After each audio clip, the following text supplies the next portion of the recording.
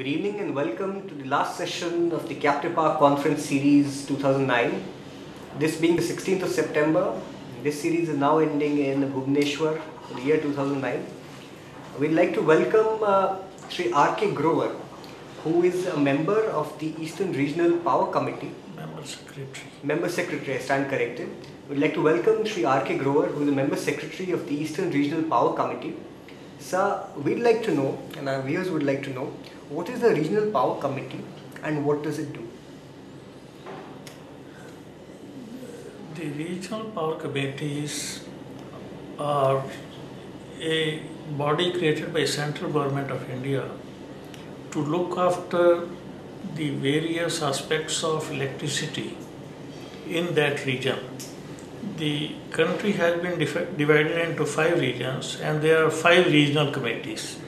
And the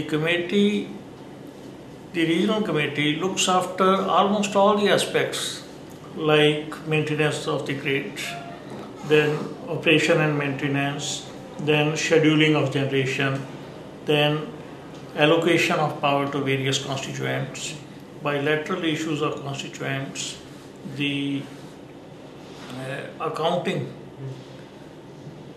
the reactive power, and host of other issues. So any issue concerned with electricity related to that area is assisted by RPC. I won't say it is governed by RPC. RPC plays a very helping hand role. Sir, because of the fact that you have the macro view in mind, you're dealing with an entire region, and the region itself is so large and so contiguous, it's as large as many countries in the world. And of course the population themselves are of course very, very large. So where do you think lies the problem? Some states say that they want to keep this power because their coal has been used, their environment is being polluted, it's their water that's being used. So they should keep the power within the state at subsidized power prices and use it within the state.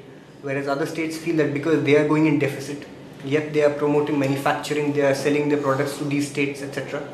That they should get this power at open access should be allowed and they should be allowed to buy this power. First of all, I may say that power is such a commodity. It cannot be stored. As soon as it is produced, it has to be consumed. So no state can keep it with itself. Now there are certain sources of power generation like coal, hydel, nuclear, wind, and so on. Eastern region is endowed with lot of coal reserves. So most of the capacity in this region is based on coal. Now it is a very natural question for anyone that coal belongs to this area, so we should get power. But then there has to be a macro planning. We have to look to the entire country. The sources belong to the country. Of course, we pay, what is it called? Royalties. Royalty. We pay royalty to the state for it. But now the power is no longer a service. It has become a commodity which can be traded, which can be sold, which can be give lot of profit and lot of money from it. So these days the states have started demanding that we should be given a share of it later on, irrespective of our demand. Later on, which we can trade with others and mint money out of it. So far the question of the Eastern region is concerned, the Eastern region has installed capacity of roughly 20,000 megawatt. It is much less as compared to all other regions, though most of the coal reserves are here. I can say that the total demand of the Eastern region is around 12,000 megawatt. And if we look to Maharashtra, Maharashtra has more demand than the entire Eastern region. So Eastern region, because of certain historical reasons, has not been industrialized. There is very little rural electrification. There is almost no irrigation load. And because of these things, the demand is on lower side. And because of the suppressed demand, I would say that a very misconception has arisen that this is a power surplus region. This is not a power I should say there is suppressed demand. It has not come up. Otherwise, whole eastern region having demand less than one Maharashtra. So once the demand rises, there could be problems. Yes, we are already facing problem. This time it did not rain. We have roughly 2000 megawatt of hydropower in Odisha. There were belated rains and Odisha faced a lot of problem. We faced a lot of problem. In fact, it is Bhutan which is giving us 1400 megawatt. It saved the situation. Now this is an interesting case study here, sir. We have Bhutan, which is being connected to the ERLDC. Right. For dispatch of power, for purchase of power from there.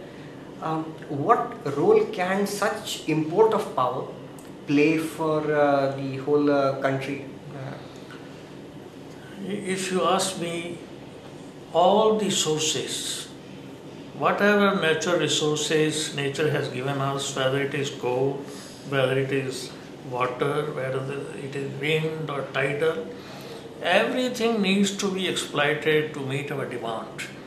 The energy spectrum, it may start from microhydral or even biomass right up to nuclear. We will need everything.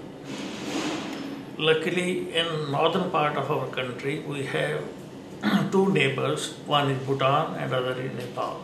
Bhutan has roughly 30,000 megawatt of hydro potential, out of which there is a plan to develop 10,000 megawatt by 2020.